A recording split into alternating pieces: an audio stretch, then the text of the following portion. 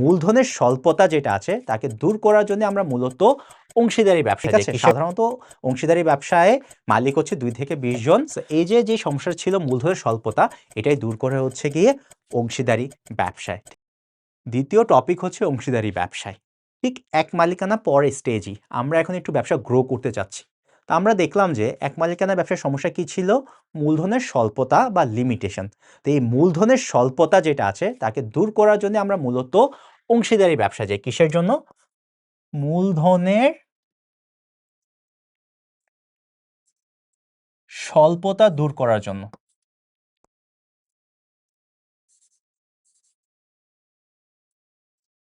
আচ্ছা, কিভাবে দূর করব? কারণ এই ধরনের প্রতিষ্ঠানে দেখা যায় মালিক 2 থেকে 20 জন, ঠিক আছে। আরেকটা আছে সেটা হচ্ছে 2 থেকে 10 জন, সেটা আমি একটু পরে আলোচনা করব, ঠিক আছে। সাধারণত অংশীদারি ব্যবসায় মালিক হচ্ছে 2 থেকে 20 জন। সো এই ধরনের ব্যবসা দেখা যায় যখন আমার একলার ইনকাম থেকে আমি আরও কয়েকজন নিয়ে ব্যবসা করতেছি, অবভিয়াসলি তাদের টাকার অংশ এখানে আসবে। সো ব্যবসাটা আরও গ্রো করবে, আরও বড় হবে, ঠিক আছে।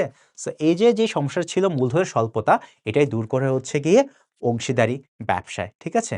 আমরা বলেছিলাম এক মালিকের ব্যবসায় কোনো আইন নেই, সে যেভাবে ইচ্ছা ব্যবসা করতে পারে। তবে অংশীদারি ব্যবসা আমরা আইন দেখতে পাই, সেই আইনটা হচ্ছে 1932 সালের আইন, ঠিক আছে। এটা কিন্তু ইম্পর্টেন্ট, এটা প্রায় পরীক্ষায় আসে। অংশীদারি ব্যবসায় আইন কত সালের? এটা হচ্ছে 1932 সালের, ঠিক আছে। আমরা এবার একটু ডিটেলস আলোচনা করব।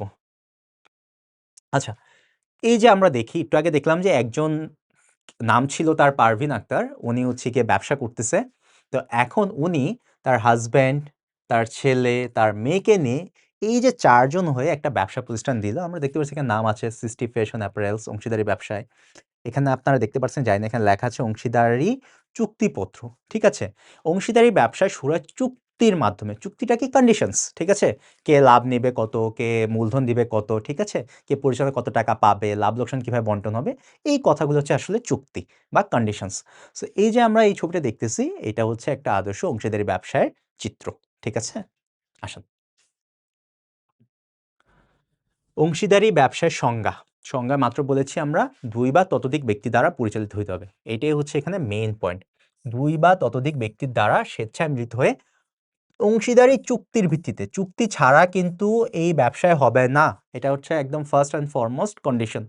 চুক্তি আগে করতে হবে, ঠিক আছে, যে কে কত টাকা দিবে, কে পরিচালনা করবে, কিভাবে লাভ লোকসান বন্টন হবে। কারণ না হলে পরবর্তীতে দেখা যাবে যে এই যে অংশীদাররা তাদের সাথে একজন আরেকজনের সাথে বিশ্বাসের ঘাটতি দেখা যাইতেছে, তখন কিভাবে আমরা হচ্ছে এটা বন্টন করব, রাইট। সো এই জন্য হচ্ছে এটাকে চুক্তি করতে হবে। চুক্তির মাধ্যমে এই ব্যবসা সাধারণত প্রতিষ্ঠিত হয়, ঠিক আছে।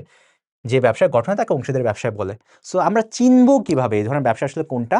সো আমরা প্রায় দেখি অনেক ব্যবসার শেষে নাম লেখা অ্যান্ড কং, অ্যান্ড ব্রাদার্স, দেন হচ্ছে and sons, okay, and partners.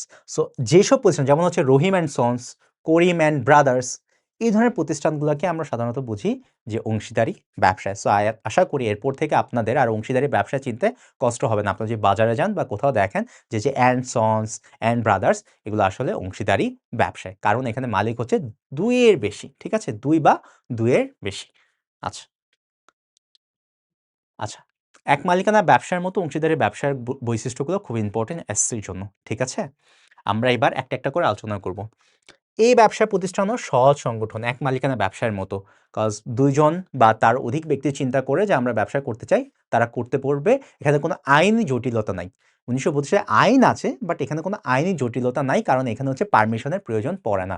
আমরা যদি 2 জন বা 3 জন ফ্রেন্ড চিন্তা করি আজকে আমরা ব্যবসা করব, আমরা চাইলেই এখন শুরু করতে পারবো, ঠিক আছে। চুক্তিবদ্ধ সম্পর্ক, মাত্র বলেছি অংশীদারি ব্যবসা শুরুই হয় চুক্তির মাধ্যমে, ঠিক আছে। এটাই হচ্ছে অংশীদারি ব্যবসার মূল, ঠিক আছে। এইটাই মূল, কজ এটা ছাড়া অংশীদারি ব্যবসা পরবর্তীতে ঝামেলা হবে, ঠিক আছে। সো অংশীদারি ব্যবসার মূল হচ্ছে চুক্তি। আচ্ছা, সদস্য সংখ্যা, এটা হচ্ছে নর্মালি 2 থেকে 20 জন, ঠিক আছে। আচ্ছা, কিন্তু এখন যদি তারা চিন্তা করে তারা ব্যাংকিং ধরনের অংশীদারি ব্যবসা করবে, ব্যাংকিং বলতে টাকা পয়সা লেনদেনের যে ব্যবসা, তখন হবে 2 থেকে 10 জন, ঠিক আছে। 2 থেকে 10 জন কখন হবে? যখন তারা হচ্ছে ব্যাংকিং টাইপের করবে, ঠিক আছে, ব্যাংকিং। ব্যাংকিং ব্যবসায় করবে, ঠিক আছে। তো যখন তারা ব্যাংকিং ব্যবসায় করবে তখন সদস্য সংখ্যা সর্বোচ্চ 10 জন, এর বেশি কিন্তু নেওয়া যাবে না, ঠিক আছে। তাহলে কিন্তু আবার ব্যাংকিং ব্যবসা করতে পারবে না তারা, ঠিক আছে। আচ্ছা, তারপরে যদি আমরা দেখি মূলধন ও লাভ ক্ষতি, ঠিক আছে। মূলধন ও লাভ ক্ষতি কিভাবে দিবে, এই যে চুক্তি অনুযায়ী, ওকে। এখন একটা কথা আছে, যদি তাদের চুক্তিতে বলা না থাকে যে কিভাবে মূলধন দিবে, সো চুক্তিতে যদি না থাকে তাহলে সমান হারে দিতে হবে, ঠিক আছে। এটা যদি চুক্তিতে উল্লেখ না থাকে,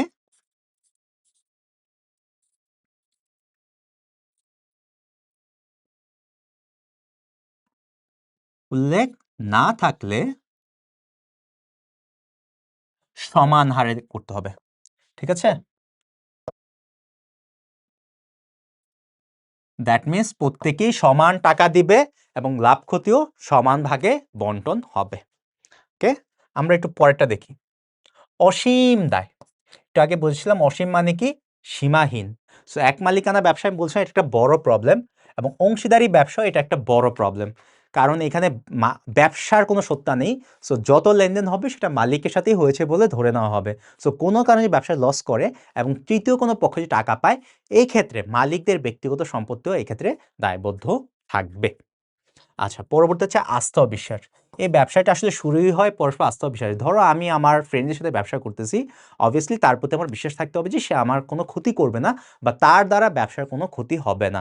যেহেতু এটা একটা টাকার ব্যাপার, সো আমাদেরকে এই বিশ্বাস বা আস্থা থাকতে হবে, এবং এই বিশ্বাস বা আস্থা যেন ভঙ্গ করতে না পারে, এই জন্যই চুক্তি।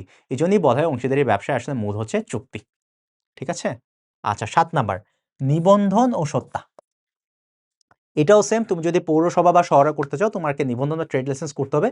তো এটা নিবন্ধন বাধ্যতামূলক নয়, ঠিক আছে। ট্রেড লাইসেন্স একটা পারমিশন, বাট এটা নিবন্ধন বাধ্যতামূলক নয়, ঠিক আছে। বাধ্যতামূলক নয়। এটা আমরা কি বলতে পারি বলতো, এটাকে আমরা বলতে পারি ঐচ্ছিক।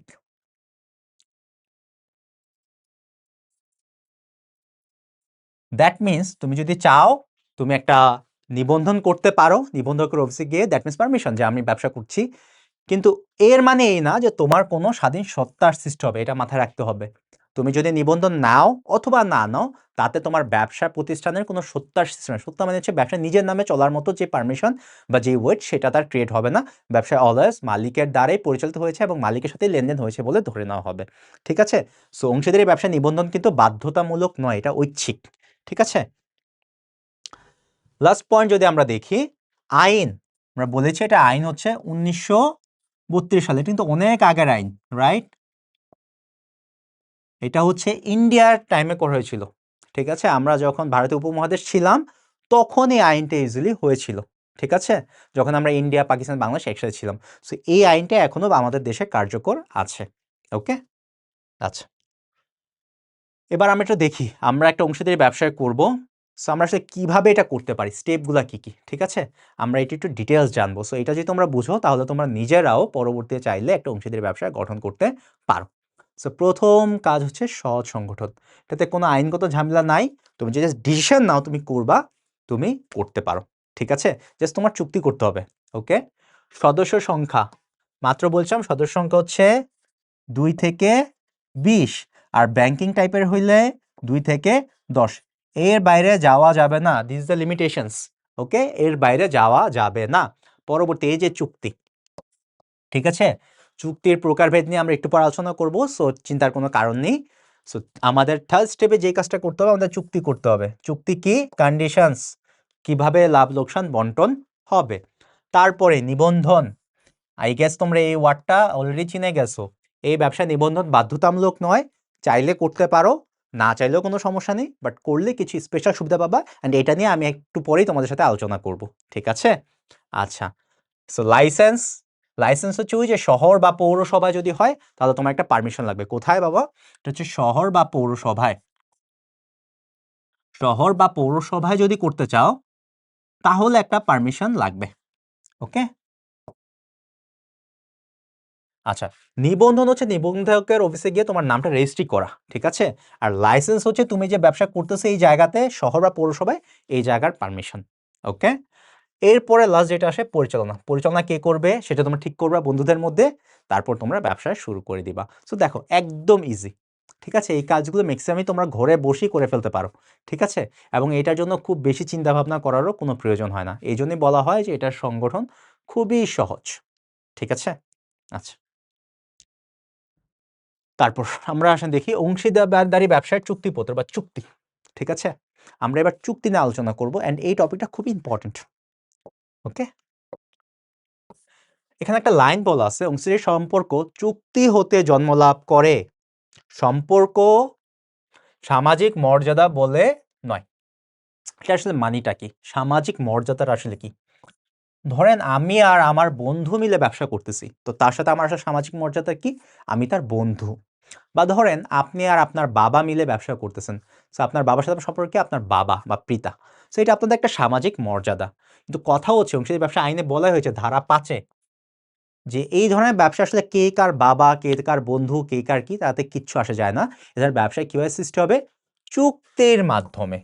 আপনারা চুক্তি করবেন, কন্ডিশন করবেন যে এই ব্যবসায় কিভাবে লেনদেন হবে, ভাগাভাগি হবে, কি হবে, কে পরিচালনা করবে, এন্ড এই কন্ডিশনেই ব্যবসা চলবে।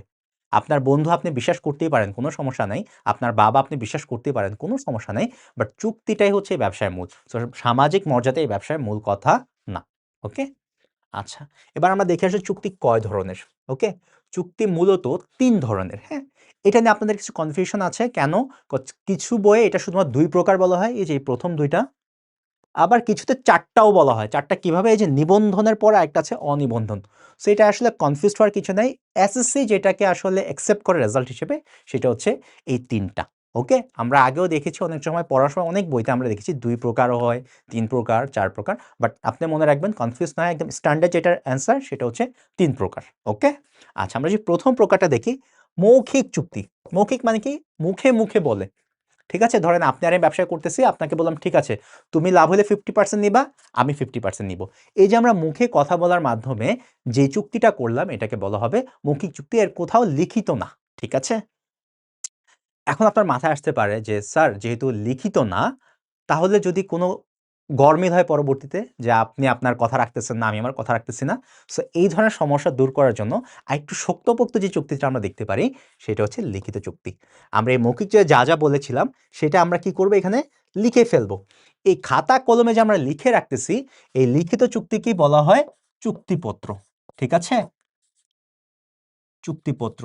এটাও কিন্তু পরীক্ষায় 1 নাম্বার কোশ্চেনে প্রায়ই চায় যে চুক্তিপত্র কি? চুক্তিপত্র হচ্ছে লিখিত চুক্তি। এবার আমরা চিন্তা করলাম আমরা মৌখিক চুক্তিকে লিখিত করলাম। কিন্তু এখনো কথা হচ্ছে যে এই যে লিখিত চুক্তির পরবর্তী যদি কেউ আমরা না মানি কন্ডিশনস, তখন কি হবে? সো এটাকে আরো পাকাপোক্ত করার জন্য আমরা কি করব? এই লিখিত চুক্তি নিবন্ধন করব। ঠিক আছে? সহজ কথায় নিবন্ধক অফিসে এটাকে সিল লাগাবো যে আমরা অমুক, আমরা এই ব্যবসা করতেছি অ্যান্ড আমরা এই কন্ডিশনের আলোকে আমরা ব্যবসা করছি। যাতে কেউ পরবর্তীতে অস্বীকার করতে না পারে যে না আমি এটা তো জানতাম না। ঠিক আছে? সেটা কি বলা হয়? লিখিত ও নিবন্ধিত চুক্তি। সো বেসিক্যালি এটারে বলা হয় সহজ কথায় নিবন্ধিত চুক্তি। ঠিক আছে? সো আমরা পাইলাম 3 প্রকার। একটা হচ্ছে মৌখিক চুক্তি, 2 নাম্বার লিখিত চুক্তি, 3 নাম্বার হচ্ছে নিবন্ধিত চুক্তি। সো এটার পরে আরেকটা আছে অনিবন্ধিত চুক্তি। সো এটারও অনেকে প্রকারভেদ ধরে, বাট আপনাদের এটা নিয়ে মাথা খারাপ করার কোনো দরকার নেই। যদি ব্যবসায় অংশীদারের প্রকারভেদ চায়, আপনি নিশ্চিন্তে এই 3টা দিবেন, আপনি ইনশাআল্লাহ ফুল মার্কস পাবেন। ঠিক আছে? আচ্ছা। অংশীদারি ব্যবসায় নিবন্ধন। আমরা আগে বলছিলাম এটা নিবন্ধন বাধ্যতামূলক নয়। তবে যদি আপনি নিবন্ধন করেন, আপনি কিছু এক্সট্রা সুবিধা পাবেন। ঠিক আছে? এখন কথা হচ্ছে আমি যে সুবিধা পাবো ভালো কথা, আসলে অসুবিধা কি সেটা না জানলে তো আমি সুবিধা বুঝতে পারি না। তো আপনি ধরলেন আপনি করলেন না নিবন্ধন, আপনি ব্যবসা করতে পারবেন, কোনো সমস্যা নেই। বাট যে প্রবলেমগুলো আপনি ফেস করবেন তার 1 নাম্বারটা হচ্ছে সদস্যদের মধ্যে। ধরেন আপনারা 2 বন্ধু বা 3 বন্ধু আছেন, কেউ একজন তার কন্ট্রাক্ট বা কি বলে ট্রাস্ট ব্রেক করলো। যেমন হচ্ছে ব্যবসা অনেক লাভ হলো, তো সে বলল যে আমি বেশি নিব। তো তখন আপনি কি করবেন? সো এই যে সদস্যদের যে দ্বন্দ্ব, এই যে চুক্তির অধিকার আদায়ে মামলা করা যায় না। আপনি তখন চাইলে আপনার বন্ধুর এগেইনস্টে মামলা করতে পারবেন না। কজ আপনার তো প্রুফ নেই। আপনারা মৌখিক কথা বলছেন বা লিখিত করছেন, তো নিবন্ধন তো করেন নাই। সো আদালত কেমনে বুঝবে যে এটাই আসলে ফিক্স ছিল আপনাদের মধ্যে? সো তখন কিন্তু প্রবলেম হয়ে যাবে। ঠিক আছে? আচ্ছা, পরবর্তী ৩য় পক্ষ। এই পার্টটা না একটু ইম্পোর্টেন্ট। এটাকে একটু মাথায় রাখতে হবে। আচ্ছা, এখানে বলছে ৩য় পক্ষের কাছে ৳১০০ বেশি পাওনা আদায়ে মামলা করা যায় না। এখন আপনারা অনেকে হাসতেছেন যে স্যার মাত্র ৳১০০ জন্য মামলা করব? এটা আসলে কেমন কথা, রাইট? তৃতীয় পক্ষে থার্ড কোনো পার্টি থেকে আপনি টাকা পান। সো তারে আপনি মামলা করতে চাচ্ছেন, কিন্তু আপনি তারে শুধুমাত্র নিবন্ধন না থাকার কারণে 100 টাকার বেশি মামলা করতে পারবেন না। তো মজার ব্যাপারটা হচ্ছে আসলে এই আইনটা ছিল আসলে 1932 সালের। ওকে, এই জন্য তখনকার 100 টাকা আর এখনকার 100 টাকার অনেক পার্থক্য রয়ে গেছে। ওকে, এই জন্য আসলে এটা একটু হাস্যকর রয়ে গেছে, বাট এটা আপনার মাথায় রাখতে হবে। তো আপনি যদি নিবন্ধন না করেন, আপনি 100 টাকার বেশি টাকা আদায় মামলা করতে পারবেন না। বাট আপনি যদি নিবন্ধিত হন, আপনি যত ইচ্ছা তত টাকা পান, সেই টাকার এগেইনস্টে আপনি মামলা করতে পারবেন তৃতীয় পক্ষে। এই জন্য এটা একটা বড় সুবিধা নিবন্ধন করা, ঠিক আছে? আর আমরা থার্ড যে সুবিধাটা দেখতে পাই, অসুবিধা, সেটা হচ্ছে পাল্টা দাবি। ধরেন কেউ আপনার এগেইনস্টে মামলা করলো যে আমি তার থেকে টাকা পাই। এখন মজার ব্যাপার, আপনিও তার থেকে টাকা পান। এখন আপনি যে তার থেকে টাকাটা চাবেন, সেইজন্য আপনি পাল্টা তার এগেইনস্টে মামলা করতে পারবেন না। সেখানেই বলা আছে তৃতীয় পক্ষের মামলার বিপরীতে পাওনা আদায়ে মামলা করা যায় না। ধরেন কেউ আপনার থেকে 50,000 টাকা পায়। এখন আপনি তার থেকে 1,00,000 টাকা পান। আল্টিমেটলি আপনি বেশি পান, কিন্তু তাও আপনি মামলা করতে পারবেন না, কারণ আপনি নিবন্ধিত না। তো নিবন্ধন হইলে আপনি এই সুবিধাগুলো পাবেন। সো এই আলোচনা থেকে আমরা বুঝতে পারতেছি আসলে নিবন্ধন করে ফেলাই উচিত, রাইট? তাহলে আমরা এই সুবিধাগুলো বা এই অসুবিধা আমরা ফেস করব না, আমরা সুবিধাগুলোই ভোগ করতে পারবো। আচ্ছা, পরবর্তীতে আমরা দেখি অংশীদারের প্রকারভেদ। আপনার বইয়ে একটা বিশাল ছক দেওয়া আছে। ইউজুয়ালি দেখা যায় যে অংশীদারের প্রকারভেদে আসলে স্টুডেন্টরা অনেক বেশি ভয় পায়, বুঝে না, কনফিউজড হয়ে যায় যে স্যার এটা কেমনে অ্যান্সার করব, কোনটা কি ধরনের প্রকারভেদ, এত কিছু কিভাবে মাথায় রাখবো। সো আপনাদের জন্য আমি একদম সহজ করে দেওয়ার জন্য এই চার্টটা তৈরি করেছি। আই গেস এটা একবার দেখলে আপনার জন্য একদম এই টপিকটা ইজি হয়ে যাবে, পানির মতো সহজ হয়ে যাবে। ঠিক আছে, আসলে আমরা শুরু করি। আমরা শুরুতে যে অংশীদার দেখতে পাই, ইনি হচ্ছেন সাধারণ অংশীদার। সাধারণ অংশীদারকে একদম যে সব কিছু করবে ব্যবসা প্রতিষ্ঠান, সহজ কথা। ঠিক আছে, ইজিলি এর নাম উচিত ছিল অসাধারণ অংশীদার, বাট একে আমরা সাধারণ অংশীদার ডাকি। ঠিক আছে, এ সব কিছু করে। এ কি কি করে? সে মূলধন দিবে, ঠিক আছে, টিক চিহ্ন মানিয়ে হচ্ছে সে দেয়। আচ্ছা, সে পরিচালনাও করে। ওকে, সে লাভ ক্ষতিও ভোগ করে। সে অসীম দায় নেয়। মনে আছে অসীম দায় মানে কি? যার কোনো সীমা নাই। ঠিক আছে, এবং তৃতীয় পক্ষের কাছে দায়বদ্ধ হবে। তৃতীয় পক্ষের কেউ যদি আপনাদের টাকা পায়, সেই ক্ষেত্রে দায়বদ্ধ থাকবে। ওকে, এবার আসেন আমরা দ্বিতীয় যে পয়েন্টে দেখতেছি, ঘুমন্ত অংশীদার। এই নাম দেখে আমরা বুঝতে পারছি যে ঘুমিয়ে থাকে, দ্যাট মিনস কাজ করে না, অলস প্রকৃতির অংশীদার। তো এই ধরনের অংশীদার আসলে সবই করে, শুধু একটা যে কাজটা করে না, সে কাজের কাজ করে না, পরিচালনা করে না। তো আমরা যদি দেখি এই ধরনের অংশীদার মূলধন বিনিয়োগ করবে, শুধুমাত্র সে পরিচালনা করবে না, দ্যাটস ইট। সাধারণ অংশীদার আর ঘুমন্ত অংশীদার পার্থক্য এই একটাই। সো এখন আপনাদের জন্য অনেক ইজি হবে অ্যান্সার করা। যদি পরীক্ষায় কোশ্চেন আসে সাধারণ অংশীদার আর ঘুমন্ত অংশীদার মূল পার্থক্য কোথায়, মূল পার্থক্য হচ্ছে সাধারণ অংশীদার পরিচালনা করে আর ঘুমন্ত অংশীদার পরিচালনা করে না। সেও সাধারণ অংশীদারের মধ্যে লাভ ক্ষতি নিবে, তারও অসীম দায় আছে, এবং তৃতীয় পক্ষের কাছে সেও দায়বদ্ধ। ঠিক আছে, এই দুইটার পরে আমরা একটা অংশীদার দেখতে পাই যার নাম হচ্ছে নামমাত্র অংশীদার। সো এখানে আমরা বুঝছি এখানে নামের একটা ব্যাপার আছে বা সুনামের ব্যাপার আছে। যে অংশীদার ব্যবসা প্রতিষ্ঠানে মূলধন বিনিয়োগ করে না, শুধুমাত্র সুনাম ব্যবহার করে, তাকে বলা হয় নামমাত্র অংশীদার। একটা উদাহরণ দিলে আপনি ইজিলি বুঝতে পারবেন। যদি আমরা বলি যে সাকিব আল হাসান একটা ব্যবসা প্রতিষ্ঠান দিল, সেখানে অ্যাকচুয়ালি সে নিজের কি বলে মূলধন দিচ্ছে না, শুধুমাত্র নিজের নামটুকু দিচ্ছে, তার নাম ব্যবহার করতে দিচ্ছে, তার কারণ তার নামের একটা ব্র্যান্ড ভ্যালু আছে। তো এই ধরনের অংশীদারকে আমরা বলি হচ্ছে গিয়ে নামমাত্র অংশীদার। বেসিক্যালি তারা হচ্ছে সেলিব্রিটি। ঠিক আছে, সরি। সো এই ধরনের ব্যবসায় কখনো মূলধন দেয় না, তারা কি করে তাদের সুনাম ব্যবহার করতে দেয়। অবভিয়াসলি তারা পরিচালনা করার সময় নাই, তারা ব্যস্ত মানুষ, তারা কখনো পরিচালনা করবে না, এবং এই রাইটসও তাদের নেই, যেহেতু তারা মূলধন দেয় নাই। ঠিক আছে, আচ্ছা, তাদের লাভ ক্ষতি হয় সুনির্দিষ্ট। সুনির্দিষ্ট মানে কি বাবা? ক্ষতি তো হয় না, বাট লাভটা হবে একটা নির্দিষ্ট আকারে। যেহেতু তুমি তার নাম ব্যবহার করছো, সাকিবকে এনে তোমার প্রতিষ্ঠানের মার্কেটিং করতেছো, তো বা ব্র্যান্ডিং করছো, তো এই ক্ষেত্রে তোমাকে তাকে একটা নির্দিষ্ট হারে ফি দিতে হবে বা সম্মানী দিতে হবে। সো সে তোমার প্রতিষ্ঠানে কত লাভ হলো বা লস হলো তাতে তার কিছু আসা যায় না, সে একটা নির্দিষ্ট হারে অলওয়েজ লাভ নিতে থাকবে। এই ধরনের অংশীদার কখনো আসলে দায় নিবে না তোমার প্রতিষ্ঠানের। এখন একটা কথা আছে, তৃতীয় পক্ষের কাছে দায়বদ্ধতা। ইউজুয়ালি এই ধরনের প্রতিষ্ঠান তোমরা কোশ্চেন, ভাইয়া অসীম দায় তো নিচ্ছে না, তো দায় না নিলে আবার তৃতীয় পক্ষের দায়বদ্ধতা কেন নেবে? ইউজুয়ালি এই ধরনের অংশীদাররা ব্যবসা আসলে কোনো দায়বদ্ধ থাকে না। বাট কোনো ব্যক্তি যদি এই সাকিব আল হাসান বা সেলিব্রিটিকে তোমার প্রতিষ্ঠানের অংশ মনে করে লোন দেয়, এবং সে যদি স্বীকার করে হ্যাঁ আপনি দেন, আমি এটার দায়বদ্ধ বা আমি এটার রেসপন্সিবল, সেই ক্ষেত্রে এটা যে প্রুফ করতে পারে যে দেখো প্রমাণের সাপেক্ষে, তখনই একমাত্র সে এটার দায়বদ্ধ থাকবে। সহজ কথায় যাকে তুমি ইউজ করতে বা যার নাম ইউজ করতেছো, তার কথা ইনফ্লুয়েন্সড হয়ে যদি কেউ ব্যবসায় লোন দেয় এবং ব্যবসা থেকে লস হয়, তখন সেই তৃতীয় পক্ষ যদি প্রুফ করতে পারে তাহলেই সে দায়বদ্ধ থাকবে। ঠিক আছে, সো এই ধরনের ব্যবসার সময় মূল বৈশিষ্ট্য কোনটা? সে সুনাম দেয়।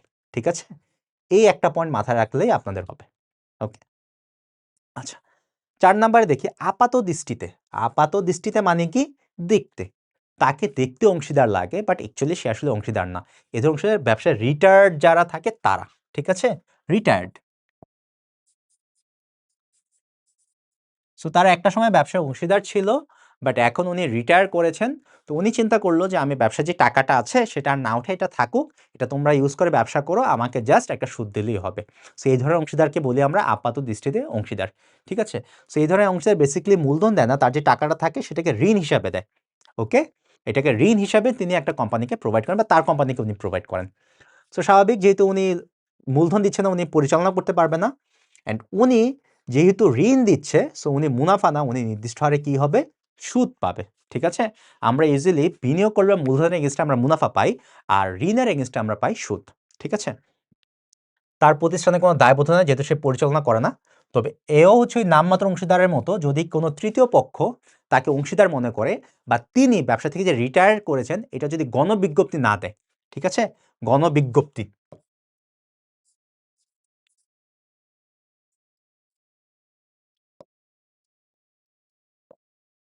গণবিজ্ঞপ্তি মানে হচ্ছে গিয়ে মানুষকে জানানো যে আমি এখানে রিটায়ার করেছি, আমি কিন্তু নাই। সো ব্যবসা যদি এখন লস করে এর দায়ভার আমার না। ঠিক আছে?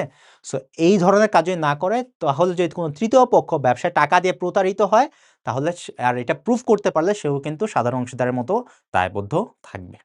ক্লিয়ার? তারপর একটা ইম্পর্টেন্ট অংশীদার আছে। ওকে, সীমিত অংশীদার।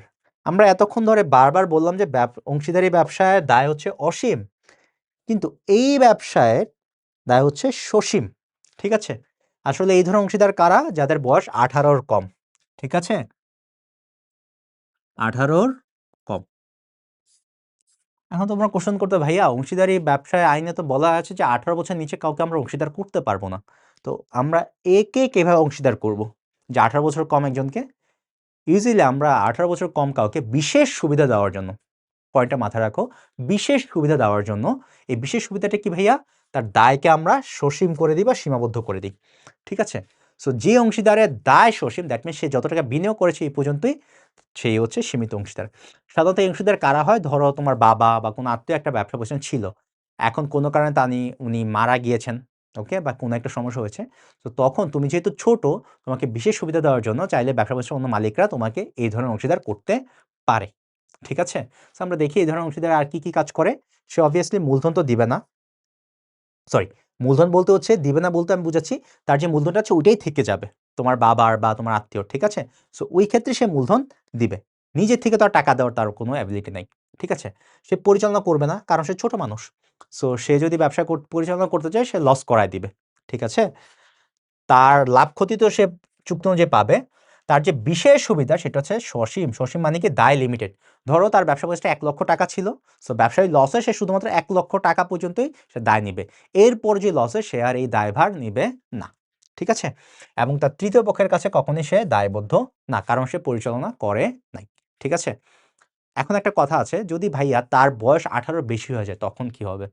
তখন কি সে সীমিত অংশীদার থাকবে? কথা হচ্ছে না। যদি তার 18 বেশি হয়, তখন সে সীমিত অংশীদার থাকবে না। তখন তাকে নতুন চুক্তি করে তাকে সাধারণ অংশীদার বা ঘুমন্ত অংশীদার হতে হবে। ঠিক আছে? অথবা সে যদি অংশীদার হতে না চায়, সে ব্যবসা প্রতিষ্ঠান থেকে চলে যাবে। ওকে?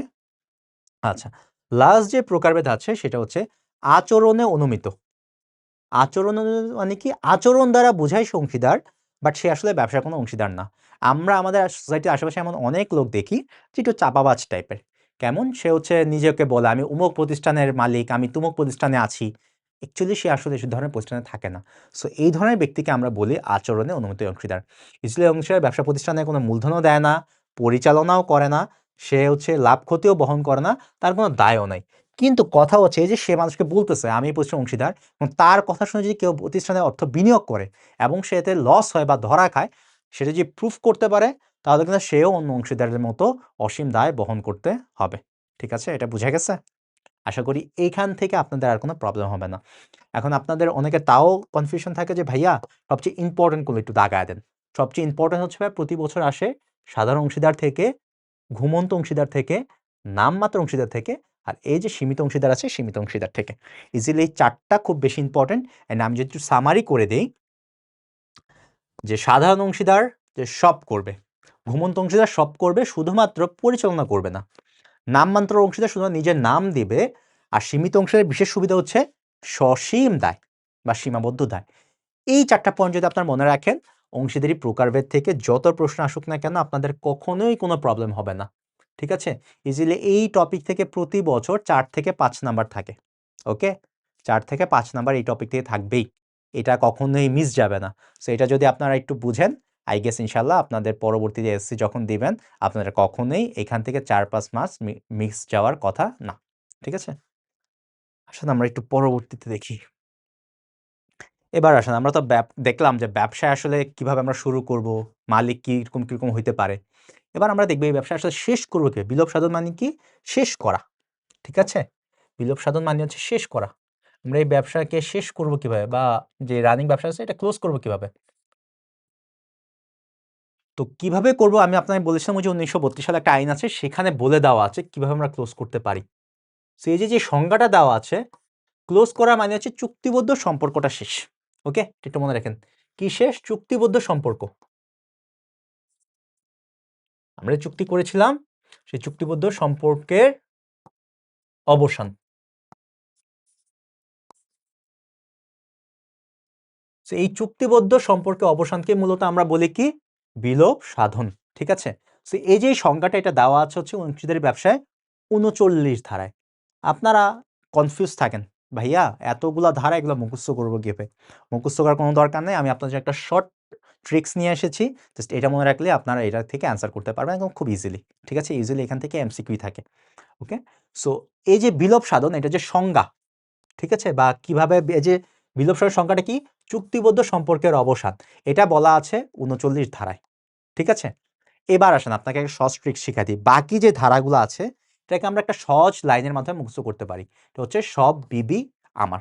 দেখেন এখানে স এক কালার, ব এক কালার, ব ব সরায়া আরেক কালার। সেই 5টা দিয়ে আমাদের 5 ধরনের বিলোপ সাধনকে আমরা সহজে মনে রাখতে পারি। যেমন দন্ত্য দিয়ে আমরা কি জানি? সবার সম্মতিক্রমে বা সকলে একমত হয়ে বিলোপ সাধন। সো সবাই যখন চিন্তা করবে আমরা আর ব্যবসা করব না, এটা ক্লোজড, তখন সেটাকে আমরা বলি সকলের একমত হয়ে বিলোপ সাধন, যেটা হচ্ছে 40 ধারা। ঠিক আছে, পরবর্তী বতে কি বাবা? বাধ্যতামূলক বিলোপ সাধন। বাধ্যতামূলক বিলোপ সাধন কি? তুমি একটা ব্যবসা প্রতিষ্ঠান করছিলে একটা নির্দিষ্ট টাইমের জন্য বা নির্দিষ্ট কাজ করার জন্য, সেই কাজটা শেষ, তো তুমি এখন বন্ধ করে দিবা। তারপরে হচ্ছে বিশেষ ঘটনা সাপেক্ষে। বিশেষ ঘটনাটা কি হইতে পারে? ধরো কি একজন মারা গেছে, সো এই ক্ষেত্রে আমরা কি করি? বিশেষ ঘটনা সাপেক্ষে বিলোপ সাধন করে থাকি। ঠিক আছে, তারপরে যেটা আছে ধারা 43, আরেকটা বি, এটা হচ্ছে বিজ্ঞপ্তি দ্বারা বিলোপ সাধন। অংশীদাররা চিন্তা করলো যে ঠিক আছে আমরা ব্যবসা করবো না, সো তারা একটা গণবিজ্ঞপ্তি দিল যে ঠিক আছে, বা তাদের মধ্যে যে কোনো একজন বললো যে না আমি আর নাই, সো সে বিজ্ঞপ্তি চলে গেল। তো এই ধরনের বিলোপ সাধন হচ্ছে বিজ্ঞপ্তি দ্বারা বিলোপ সাধন। আর লাস্ট যেটা আদালতের মাধ্যমে বিলোপ সাধন। ধরো তুমি ব্যবসা করতেছো, একটা ব্যবসায় আছে, তো এই ব্যবসায়টা আইনগতভাবে সিদ্ধ না, বা এমন কোনো একটা কাজ করেছে যেটা আইনের সাথে যায় না, বা কেউ কি বলে দেউলিয়া হয়ে গেল, আদালত কাউকে দেউলিয়া ঘোষণা করলো, এই ক্ষেত্রে কি হবে? আদালতের মাধ্যমে বা আদালতের নির্দেশে বিলোপ সাধন হবে। তো এই যে 5টা যে আছে আমরা সহজে মনে রাখতে পারি, সব বিবি আমার দি। ঠিক আছে, সো সকলের সম্মতিক্রমে বিলোপ সাধন হচ্ছে 40 ধারা, বাধ্যতামূলক হচ্ছে 41, এরপর হচ্ছে বিশেষ ঘটনা, ঠিক আছে 42, তারপর হচ্ছে বিজ্ঞপ্তি দ্বারা 43, তারপর হচ্ছে সরায়া বা আদালত দিয়ে হচ্ছে 44। ঠিক আছে, সো এটা যদি একটু মনে রাখতে পারেন আপনার কখনই এমসিকিউতে আর কনফিউজড হবেন না। অ্যান্ড একটু পরে আমরা এটা নিয়ে এমসিকিউ প্র্যাকটিস করব। ঠিক আছে, সো টেনশনের কোনো কারণ নেই।